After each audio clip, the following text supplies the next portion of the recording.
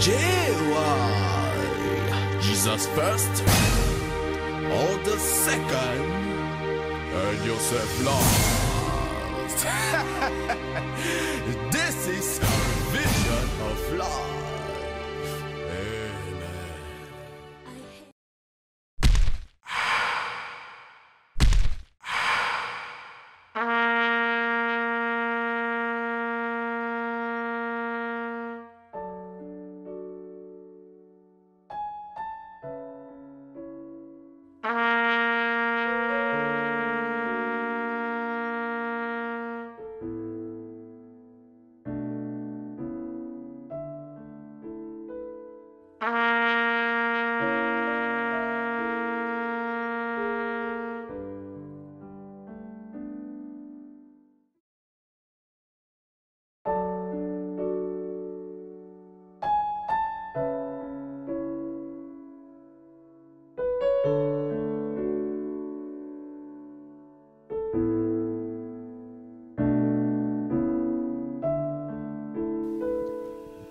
Shalom frères et sœurs dans le Seigneur, nous bénissons celui qui est assis au trône, notre Seigneur des gloires, pour sa fidélité, son amour, sa bonté. Aujourd'hui, c'est notre émission Les sons de la trompette. Nous avons le privilège de recevoir un homme de Dieu qui vient de loin, le pasteur Alain. Avec lui, nous allons partager la parole de Dieu sur un thème très capital.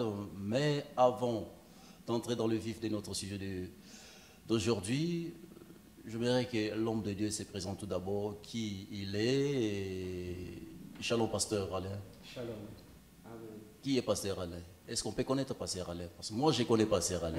Mais nos téléspectateurs, ceux qui vont nous suivre, ils ont besoin de connaître qui est pasteur Alain. Pasteur Alain est marié, pasteur Alain vient d'où? C'est vraiment très important. Qui est pasteur Alain? Merci à votre Patrick. Je suis d'abord très content d'être ici à Liège. C'est une très belle ville que j'ai visitée avec toute ma famille. Oui. Alors, je suis pasteur Alain Kabessa. Donc, je fais partie des églises pentecôtistes unies de France. Et je suis pasteur principal de l'église locale de Romilly, EPU France, EPU Romilly, en sigle. Donc, depuis maintenant 7 ans. Depuis 7 ans. Depuis 7 ans, je suis marié, père de 3 enfants, et ma merveilleuse femme s'appelle Pauline. Pauline. Et nous travaillons ensemble depuis très longtemps, depuis plusieurs années. Oui. Et nous deux, nous avons fait l'Institut biblique français il y a maintenant de cela 20 ans.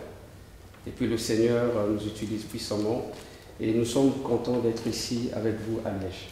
Que Dieu soit loué, c'est le pasteur Alain qui vient de se présenter, mais nous voulons maintenant entrer dans le vif de notre sujet. Dans notre thème d'aujourd'hui, nous parlons qui est Jésus. Oui. Qui est Jésus, d'après pasteur Alain Kabessa? Ah, mais je remercie le Seigneur pour cette question. Donc, afin de comprendre réellement qui est Jésus, on peut dire qui est Dieu, Oui. donc il faut d'abord avoir une vision d'ensemble. C'est-à-dire Une vision d'ensemble de la Bible. Et il y a plusieurs versets qui nous montrent réellement dans l'Ancien Testament et puis dans le Nouveau Testament qui est Jésus. Donc le peuple de Dieu doit comprendre ça. Comme la Bible dit que mon peuple périt par manque de connaissances. Certainement, oui. Et moi, j'aime bien enseigner la parole de Dieu, j'aime bien lire la Bible. Vous savez, la parole de Dieu, c'est une puissance. Et dans le dernier temps, nous devons comprendre, saisir et être enracinés dans la parole de Dieu. Oui. C'est pour cela que j'aimerais nourrir le peuple de Dieu en leur donnant les versets nécessaires pour qu'ils puissent savoir qui est réellement Jésus-Christ. Nous vous écoutons. Amen. Alors aujourd'hui, je voulais aborder avec vous 3 points essentiels. Le premier point, c'est d'abord Dieu est un. Dieu est un. Il y a un seul Dieu. Et le deuxième point, c'est Dieu est esprit. Nous savons que Dieu est esprit. Oui. Et le troisième point, Jésus-Christ est Dieu. Souvent, nous chantons dans nos chants, les cantiques, Jésus-Christ est Dieu, Jésus-Christ est Dieu, mais on ne sait pas l'expliquer. Voilà, il est important pour nous qu'on sache comment l'expliquer. Comment Dieu est un. Amen. Dieu est un.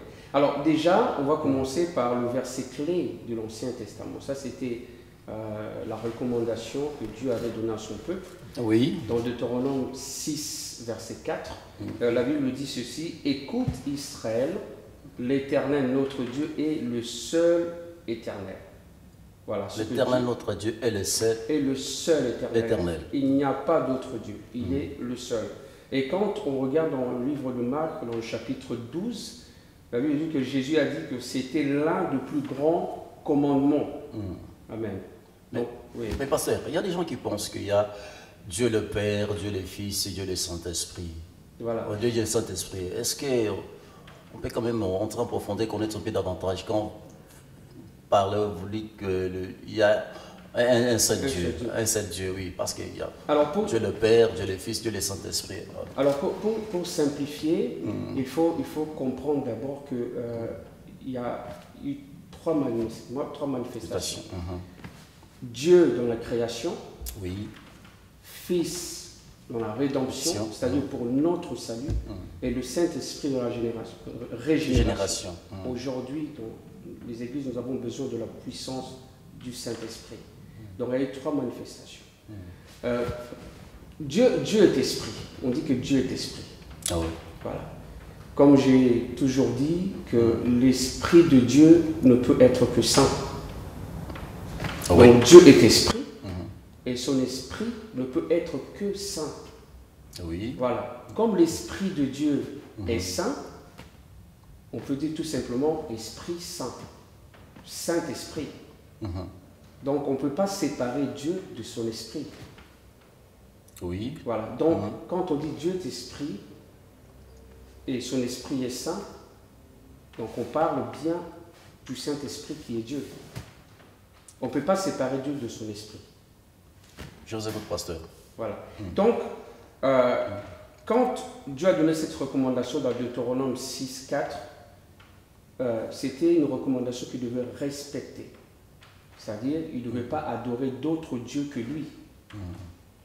Si nous lisons encore dans Ésaïe 43, verset 10, la Bible dit clairement: « Vous êtes mes témoins, dit l'Éternel, vous et mon serviteur que je me suis choisi, afin que vous le sachiez et que vous croyiez et compreniez que c'est moi. Avant moi, il n'y a point été formé de Dieu, et après moi, il n'y en aura point.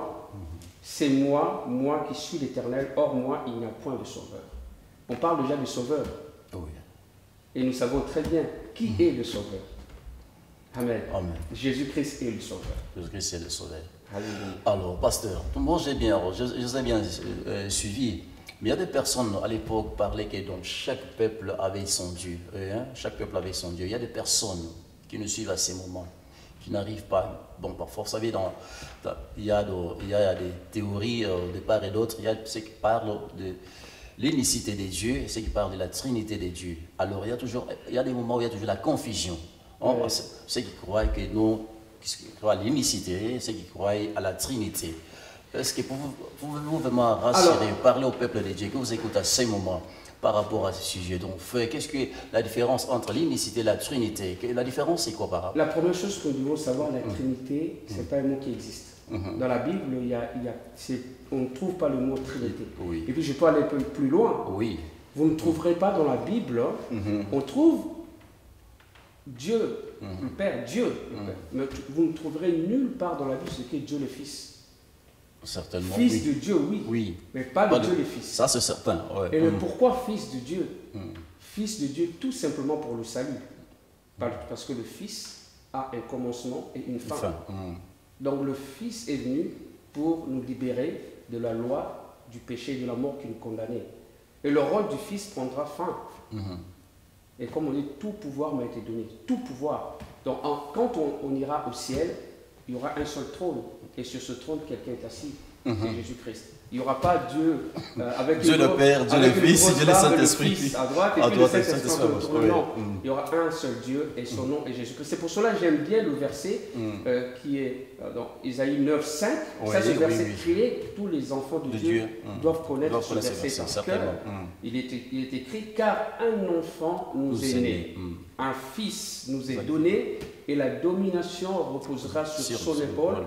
On l'appellera admirable, conseiller, Dieu puissant, alléluia, Amen. Dieu puissant, Père éternel, prince de la paix. Alors que nous avons lu auparavant dans Deutéronome 6,4, écoute Israël, l'éternel notre Dieu est le seul éternel.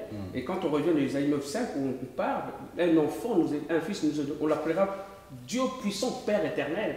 Donc il n'y a pas de confusion. On sait que Jésus-Christ. Pasteur, merci beaucoup pour cette révélation, mais il y a des personnes qui n'arrivent pas à croire à la personne de Jésus, hein, qui pensent que Jésus n'est pas Dieu, Jésus c'est un prophète. Jésus c'est un prophète comme tout autre, il est prophète comme Moïse, il est prophète comme toute autre personne. On compare Jésus avec tout autre prophète. Qu'est-ce que vous pouvez dire à ces personnes-là qui n'ont pas encore cette révélation par rapport à la personne de Jésus? Tout simplement, quand certaines personnes disent que Jésus-Christ est prophète, moi Jésus-Christ était vraiment réellement prophète. Oui. Ah oui, Jésus-Christ était aussi pasteur. Oui. Le pasteur des pasteurs. Oui. Parce qu'il était notre berger, il nous a nourris. Donc, être prophète, c'est un ministère que Jésus-Christ a accompli. Parce que quand il enseignait, il prophétisait. Alléluia. Il prophétisait. Donc Jésus-Christ était aussi docteur. Oui. Jésus-Christ était aussi un grand évangéliste. Amen. Donc ça, c'est pas un problème. Mais quel est réellement le rôle du Fils? Le rôle du Fils, c'était pour la rédemption. C'est tout. Mais Jésus-Christ est Dieu manifesté dans la chair. Nous allons voir ça un peu plus loin. Alors, Jésus-Christ est Dieu manifesté dans la chair, c'est ça? C'est ce que vous venez de dire? Oui. Alors, le deuxième point. Alors, le deuxième point, alors, Dieu est esprit. Dieu est esprit, oui. Donc, la Bible dit dans Jean 4, verset 24, Dieu est esprit. Et il faut que ceux qui l'adorent en esprit et en vérité. Amen. C'est-à-dire, quand on parle de la vérité, on parle de Jésus-Christ. Je suis le chemin, la vérité et la vie. C'est-à-dire, quand on est animé par l'Esprit de Dieu, on ne peut que prêcher, parler de Jésus-Christ.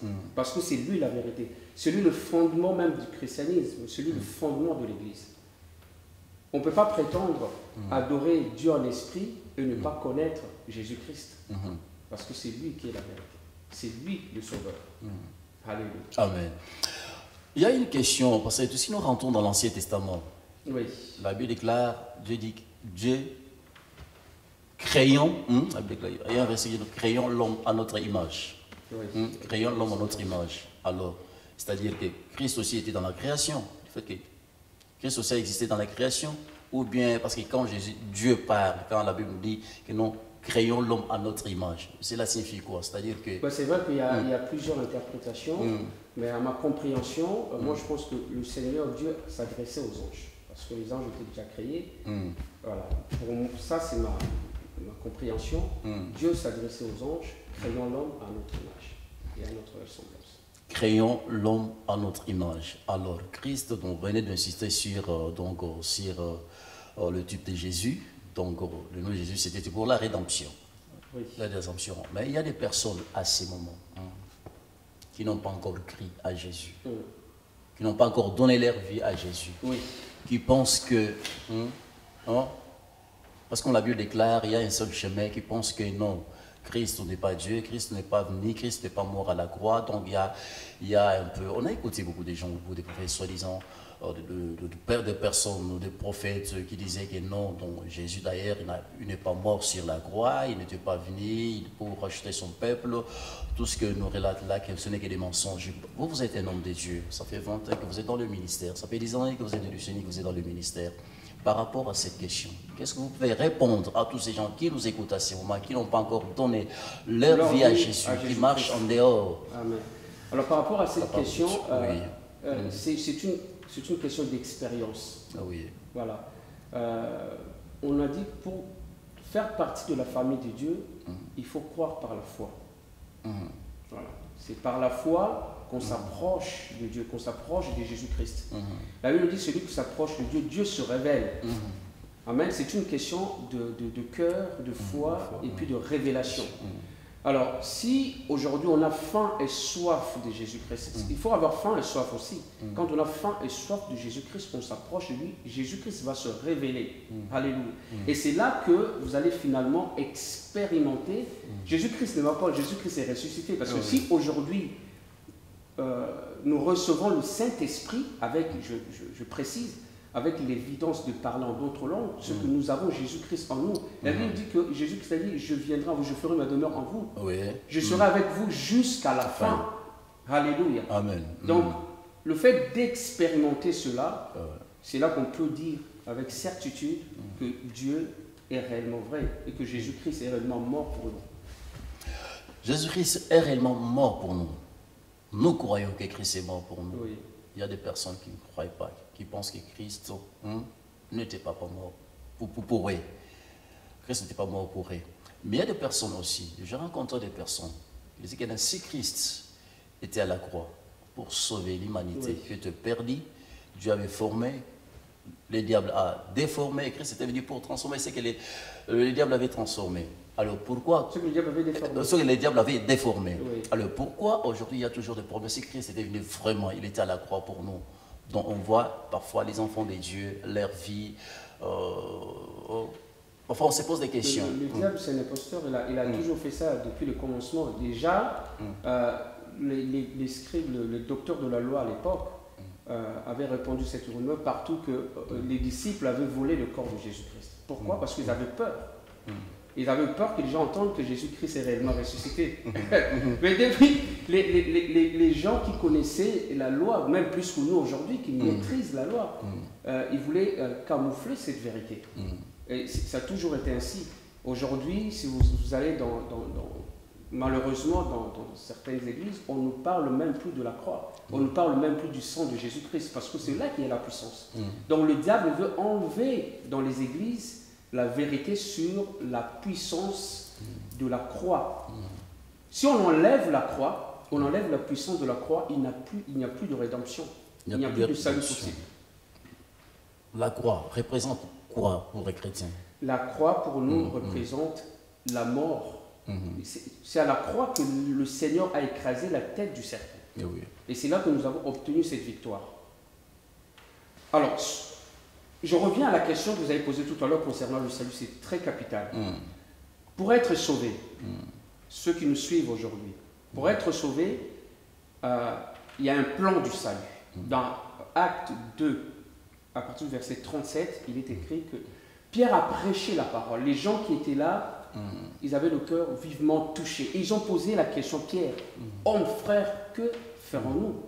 Il est écrit que Pierre leur dit, repentez-vous et que chacun de vous soit baptisé au nom du Seigneur Jésus-Christ pour le pardon de vos péchés et vous recevrez le don du Saint-Esprit. Car la promesse est pour vous et pour vos enfants et pour tous ceux qui sont au loin et en aussi grand nombre que le Seigneur, notre Dieu, les appellera. Qui? C'est nous. Nous appelons aujourd'hui. Donc la première chose, il faut croire. Il faut croire par la foi. Et la deuxième chose, il faut demander pardon au Seigneur. Je dis, Seigneur, je ne savais pas, maintenant je le sais. Seigneur, je vais te donner ma vie. Confesser. Alléluia. Sur l'appel à la repentance. La repentance, c'est quelque chose de très, très, très important. C'est pourquoi la repentance, c'est renoncer à notre vie passée, notre vie négative. Mais si par exemple, vous étiez voleur, vous avez volé, et la repentance, c'est restituer aussi ce que vous avez volé. La repentance doit être profonde et complète. Et après cela, le Seigneur nous donne cette promesse du baptême du Saint-Esprit. Mais, par contre, le baptême d'eau au nom du Seigneur Jésus-Christ par immersion, c'est à vous de décider. C'est à vous de le vouloir. C'est avoir faim, Seigneur, je vais être sauvé. Parce que tu reviens bientôt chercher ton église. Après, la promesse du Saint-Esprit, c'est un cadeau. C'est pas, on ne mérite pas. C'est tout simplement un cadeau. Le Seigneur nous donne ce cadeau et nous n'avons qu'à prendre ce cadeau. Seigneur, remplis-moi de ton esprit. Et quand le Seigneur remplit du Saint-Esprit, il y a un signe. On parle en d'autres langues. On ne maîtrise pas cette langue. Oh, pasteur, Quelle est la différence, quelle est la différence entre le baptême par immersion et le baptême de feu, par exemple? Parce que dans la Bible, on parle de baptême de feu, baptême par immersion, baptême dans le Saint-Esprit. Est-ce que vous pouvez-vous, parce que nous parlons sur qui est Jésus. Oui. Alors, le baptême de feu, c'est quoi? Et le baptême du Saint-Esprit, le baptême par immersion, ça symbolise quoi pour les chrétiens et pour tous les amis qui nous suivent? Oui. C'est vrai que Jean-Baptiste avait dit que celui qui vient premier au baptême du Saint-Esprit et du feu. Jean-Baptiste avait dit ça. Mais le baptême par immersion représente la mort de Jésus-Christ. Donc, nous mourrons avec Christ dans les autres baptêmes. C'est pour ça qu'on a parlé d'immersion. C'est-à-dire que tout le corps doit être plongé dans l'eau. Vous savez d'où on vient, la plupart d'entre nous, on met des gouttes. Ça, c'est pas un bon baptême. Le vrai baptême, c'est-à-dire que tout le corps doit être plongé dans l'eau. On met les gouttes, on traverse les drapeaux, on traverse le feu. Et cela représente la mort de Jésus-Christ. Donc nous mourons avec Christ et en sortant de l'eau, nous ressuscitons avec Christ. Alléluia. Amen. Avec une nouveauté de vie. Donc aujourd'hui, ceux qui nous suivent, je ne vous demande pas de vous baptiser, rebaptiser. Je vous demande seulement de corriger. De corriger. Amen. C'est pour votre salut. Corriger, par exemple. Maintenant, corriger, c'est-à-dire de faire ce qui est biblique. Ok. Voilà, de se faire baptiser au nom de Jésus-Christ par immersion, pour le salut. Mais on voit aussi, on baptise les petits-enfants. Il y a dans certaines églises, on baptise les petits-enfants, donc par immersion. Est-ce qu'il y a... C'est d'après la Bible. La Bible dit, la Bible dit, je n'ai pas la référence dans la tête, mais la Bible dit que le baptême, c'est un engagement d'une bonne conscience. Voilà. Donc un bébé n'a pas de conscience. Un bébé n'a pas de conscience. Il n'a pas de conscience de bien et du mal. Un bébé n'a pas de conscience. Le bien et le mal. Voilà. Oh, ce téléspectateur, vraiment, c'est vraiment édifiant. Bon, parce qu'il y a de bébés qui naissent, qui sont baptisés. Oh non, c'est écrit dans la Bible, mais l'homme de Dieu vient de nous éclairer par rapport à cette question sur les baptêmes des enfants. Nous poursuivons notre émission avec le pasteur Alain, qui vient de la France. Pasteur Alain, par rapport à la repentance. Quelle différence y a-t-il entre la repentance et la conversion? Parce que c'est un problème. Parfois, il y a la conversion et la repentance. La repentance, c'est quoi? La conversion, c'est quoi? Alors, on peut se convertir 1000 fois, on peut se... Donc, expliquez-nous, pasteur. Alors, c'est vrai que quand on se convertit, Jésus-Christ règne. Jésus-Christ prend le contrôle de notre vie. Jésus-Christ contrôle notre âme, notre esprit et notre corps. La conversion, c'est une question de temps. La conversion, c'est graduel. Oui. Certaines personnes qui viennent à l'église, ils apprennent très vite. Ils apprennent très vite, c'est aussi par rapport à leur passé. Par rapport à ce qu'ils apprennent, ils grandissent très vite. Voilà. D'autres personnes ne grandissent pas très vite parce que les racines sont tellement enfouies. Ils doivent rentrer en profondeur pour déraciner tout ce que leurs aïeux avaient contracté. Donc, c'est un travail de longue haleine. Voilà. La repentance, c'est quelque chose qui peut se faire en quelques minutes, si le cœur de la personne est vraiment sincère. La repentance, premièrement, c'est de regretter sa vie passée sans Dieu. Sincèrement, demander pardon au Seigneur. Dire, Seigneur Jésus-Christ, longtemps j'ai marché sans toi. J'étais dans l'ignorance, mais aujourd'hui je viens devant ton trône, devant toi pour me repentir. Je me repens de toutes mes fautes. Je me repens de tout ce que je pensais, toutes mes pensées mauvaises. Et aujourd'hui, je te donne ma vie. Sanctifie-moi, purifie mon cœur, change ma vie. C'est pour cela que j'aime beaucoup ce verset dans Proverbe 23, verset 26. Le Seigneur dit, mon fils, donne-moi ton cœur. Donc aujourd'hui, le Seigneur a besoin de votre cœur. Alléluia. Vous devez donner votre cœur au Seigneur, sincèrement, et regretter votre vie passée. Il dit, Seigneur, maintenant, je t'appartiens totalement et je veux marcher avec toi. Je t'appartiens totalement, je vais marcher avec toi. Il y a une personne qui nous suit à ces moments, il se pose des questions. Non, il avait tué dans sa vie, il avait volé, il avait pris les formes d'autrui. Parfois, il marche avec la culpabilité. Il se pose des questions. Est-ce que si je donne ma vie au Seigneur aujourd'hui, est-ce que le Seigneur peut me pardonner? Est-ce que le Seigneur peut me recevoir? Pouvez-vous rassurer cette personne-là? Alors, je vous rassure aujourd'hui que Jésus-Christ a fait grâce même à ce voleur qui était cloué à la croix. Il suffit juste aujourd'hui de vous mettre à genoux et de dire, Seigneur, je regrette. Aujourd'hui, je vais te donner ma vie. Sincèrement. Tout seul, là où vous êtes, vous pouvez lever vos mains et fermer vos yeux et prier. Et dites, Seigneur, viens dans ma vie. Change-moi. Révèle-moi les choses cachées que je ne connaissais pas, que je ne connais pas jusqu'à présent. Parce que je veux marcher avec toi dans une nouveauté de vie. Le Seigneur est prêt à le faire.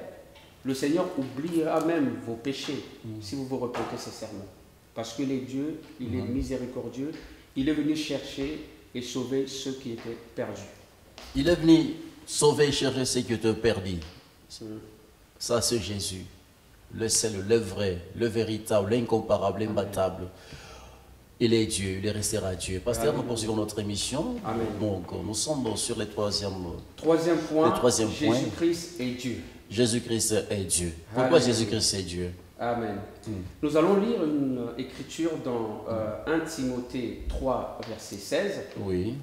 J'aimerais bien que vous mémorisez aussi ce verset, parce que la parole de Dieu, c'est une épée. Okay. Nous combattons avec la parole.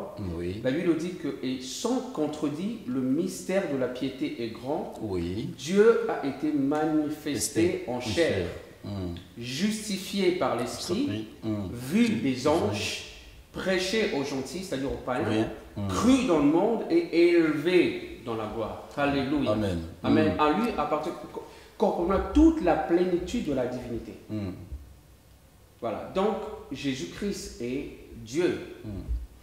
Nous lisons aussi dans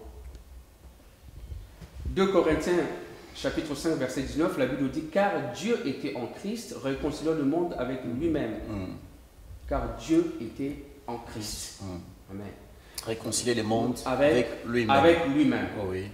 Ça veut dire C'est-à-dire, Jésus-Christ, l'œuvre qu'il a accomplie à la croix est maintenant le pont entre le monde du péché et la félicité, c'est-à-dire là où on va partir, le lieu du repos, du salut. Donc aujourd'hui, si vous voulez être sauvé, vous devez passer par la croix. Ah oui. Pas passer par Mukuna, Kadima, non, Mukuna par la Dieu, croix. Mukuna, Kadima Dieu. Par la croix. La croix nous garantit le salut. La croix nous justifie. La croix nous sanctifie. Oui. C'est seulement par Jésus-Christ que nous pouvons parvenir au salut. Acte 4, 12, oui. il est écrit qu'il n'y a de salut en aucun autre nom. Oui. Amen. Il y a de salut qu'au nom de Jésus-Christ. Alors, il y a des personnes qui se déclarent Dieu. Oui. Des personnes qui se déclarent Dieu. Moi, je suis Mukuna Dieu. Moi, je suis Kadima Dieu. Hein? Il y a des gens qui... Ce programme des dieux, dans ce siècle-ci, qu'est-ce que vous pouvez leur dire à ce moment? Parce qu'il y a des gens qui pensent que non, parce qu'il y a plusieurs dieux. Non, Mukuna Dieu a existé, on a connu Mukuna Dieu, au Congo, on a connu Kadima comme Dieu. Alors... Notre Dieu est jaloux. Nous devons faire attention quand nous déclarons ce genre de choses. Par rapport aux Écritures que nous avons lues, oui. Lui-même dit qu'il n'y a point d'autre sauveur que moi. Nous sommes tous des instruments, des serviteurs inutiles, sauvés par grâce. Nous ne méritons rien. Si aujourd'hui, Dieu nous a fait grâce et nous faisons partie de ce plan du salut, c'est parce que lui-même, il s'est choisi cette voie. C'est-à-dire, nous sommes ouvriers avec Dieu. Le fait que Dieu nous utilise, que ce soit pour faire des miracles, que ce soit pour délivrer les gens, que ce soit pour faire toutes ces choses-là, ne fait pas de nous des dieux. Nous resterons toujours des serviteurs inutiles, sauvés par grâce. Sauvés par grâce. Voilà. Qui dit Solvay, pasteur, mais quelle est la différence entre le christianisme et d'autres? Est-ce que le christianisme, est-ce que c'est une religion? Non. Comme tant d'autres. Et quelle est la différence entre le christianisme et d'autres religions? Le christianisme, ce n'est pas une religion, c'est une expérience. Oui. Voilà. Une religion, c'est quand on fait tout le temps la même chose et quand, vous savez, nous venons tous dans cette église que vous connaissez tous. Oui. On avait des rituels. Oui. On faisait tout le temps la même chose. C'est rare qu'on puisse lire la Bible. Et voilà, la répétition, ce n'est pas une vraie expérience. Quand on reçoit Christ dans sa vie, on expérimente réellement le vrai salut. Pour moi, je résume le christianisme en un seul mot.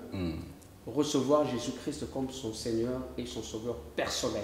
D'abord, quand on reçoit Christ comme son Seigneur et son Sauveur personnel, c'est là que Christ maintenant a commencé à marcher avec toi, à te révéler certaines choses, oui, à te guider parce que Jésus-Christ est la lumière. Amen. Amen. Donc nous avons besoin de cette expérience que nos auditeurs peuvent lire tous les chapitres des Actes des Apôtres, chapitre 1, chapitre 1 et chapitre 2, pour comprendre cette expérience, c'est-à-dire l'expérience de recevoir le Saint-Esprit, c'est de recevoir Christ. Et c'est ça qui permet à un chrétien de marcher de gloire en gloire et de victoire en victoire. De marcher de gloire en gloire, de victoire en victoire. Pasteur Alain Kabessa, vous parlez de Jésus, l'expérience avec Jésus. Vous venez de dire que le christianisme, c'est une expérience avec Jésus. Oui. Mais comment Pasteur Alain Kabessa a expérimenté Christ dans sa propre vie et dans sa propre famille? Amen. C'est vrai qu'à l'âge de 7 ou 8 ans, oui. Mon père me parlait tout le temps.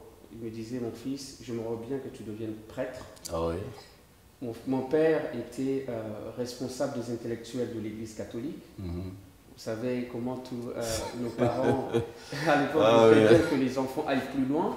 Et mon père, c'est vrai que par rapport à son expérience, il avait quand même une semence dans mon cœur. Il a dit, mon fils, j'aimerais bien que tu deviennes prêtre. Alors moi, sachant que les prêtres ne peuvent pas se marier, je dis non, moi, ça ne me convient pas. Ah oui. Alors, mais se marier en cachette, hein, ils se marient en cachette, ils ont des enfants, oui. Nous prions pour eux. Nous prions pour que le Seigneur puisse leur parler et puis qu'ils puissent recevoir la même révélation que nous avons reçue. Ah oui. Parce que ce que nous avons reçu que par grâce.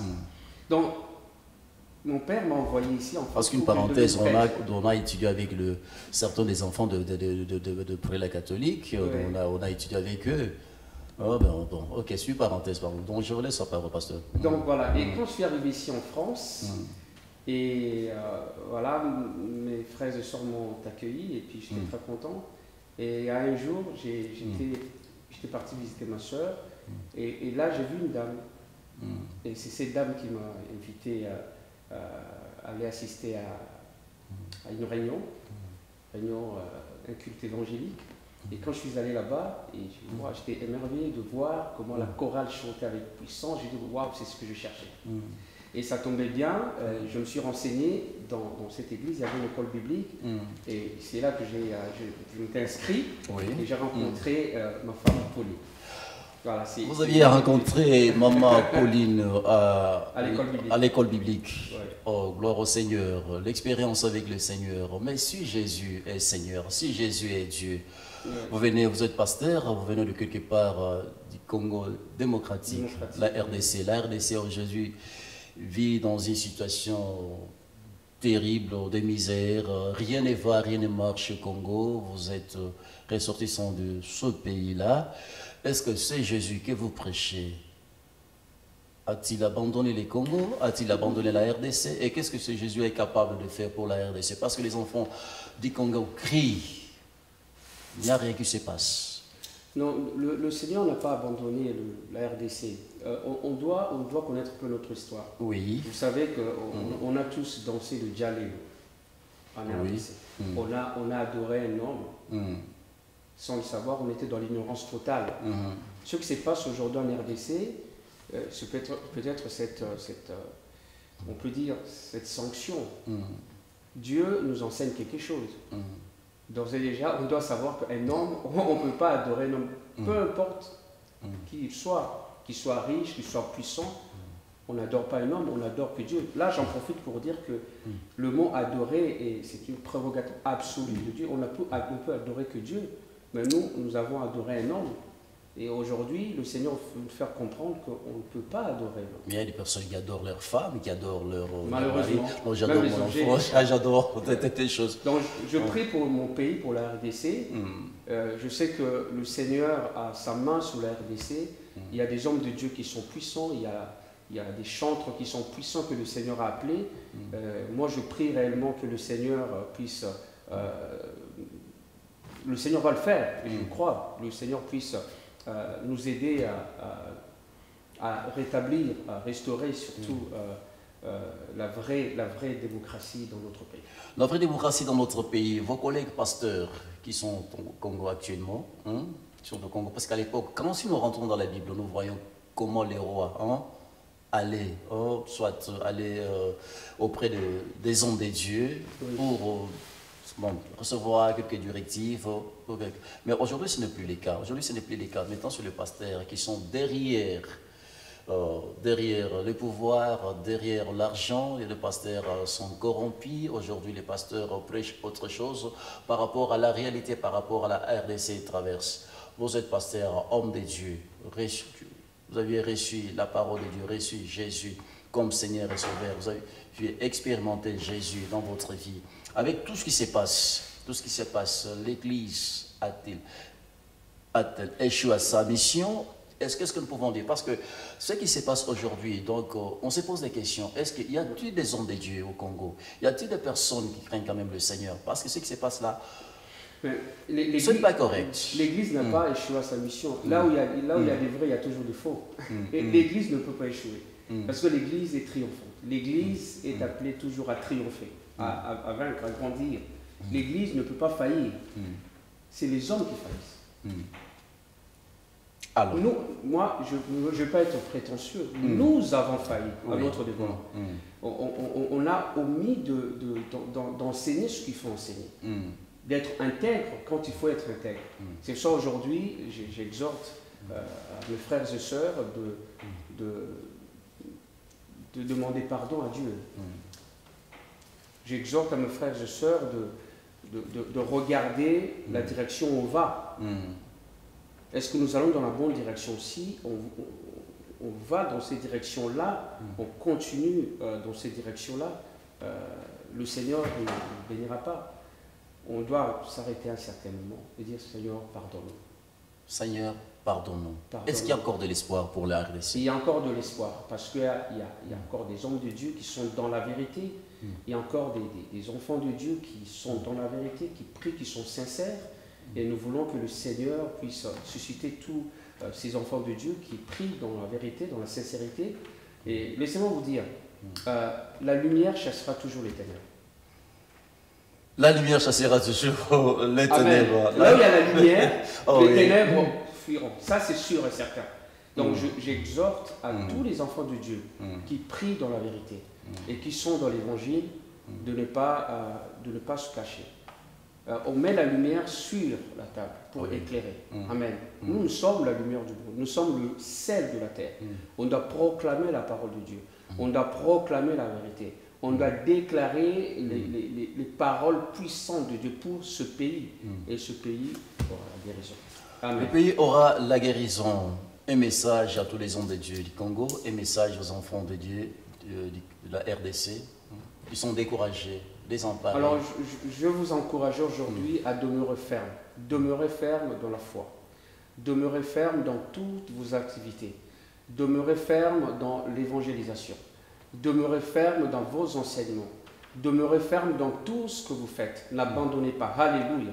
C'est la persévérance et la détermination. C'est là que nous verrons la gloire de Dieu. Demeurez ferme dans tout ce que vous faites. Élevez Jésus-Christ dans vos églises. Élevez Jésus-Christ dans vos maisons. Élevez Jésus-Christ dans vos cœurs. Alléluia. Que rien ne vienne faire obstacle à vos prières. mon dernier mot, c'est ça, demeurer ferme. Demeurez ferme en Jésus. Jésus-Christ est Seigneur, les rois des rois. Frères et sœurs dans les seigneurs, nous bénissons les seigneurs pour cette émission qui arrive à sa fin, mais donnons quand même l'occasion au pasteur Alain Kabessa de dire un dernier mot, soit dire bonjour à la famille Kabessa, aux sœurs, aux frères qui sont en train de nous suivre. Là, vous êtes ça. Que le Seigneur vous bénisse. Pasteur Alain, vous avez la parole de dire. Alors, je vais dire bonjour d'abord à ma maman, oui. Tchalaka Djombo, qui est à Kinshasa. Maman, je t'aime beaucoup, je t'embrasse. Oui. Mes frères et sœurs. Moi aussi, maman. Mes frères et sœurs, et puis mes beaux-parents, mon père qui est docteur Nsumbu, qui est à Kinshasa, qui enseigne à l'université de Kinshasa, il me semble, et qui enseigne aussi la parole de Dieu. Et aussi, bonjour à cette grande famille de Dieu, que le Seigneur vous bénisse richement. Que le Seigneur vous bénisse en petit mot pour cette émission Les Sons de la Trompette et pour DJY TV. Alors, Amen, Amen. Vous avez fait du très bon travail. Je prie vraiment que le Seigneur bénisse le fruit de votre travail. Amen. Et que vous ayez du succès.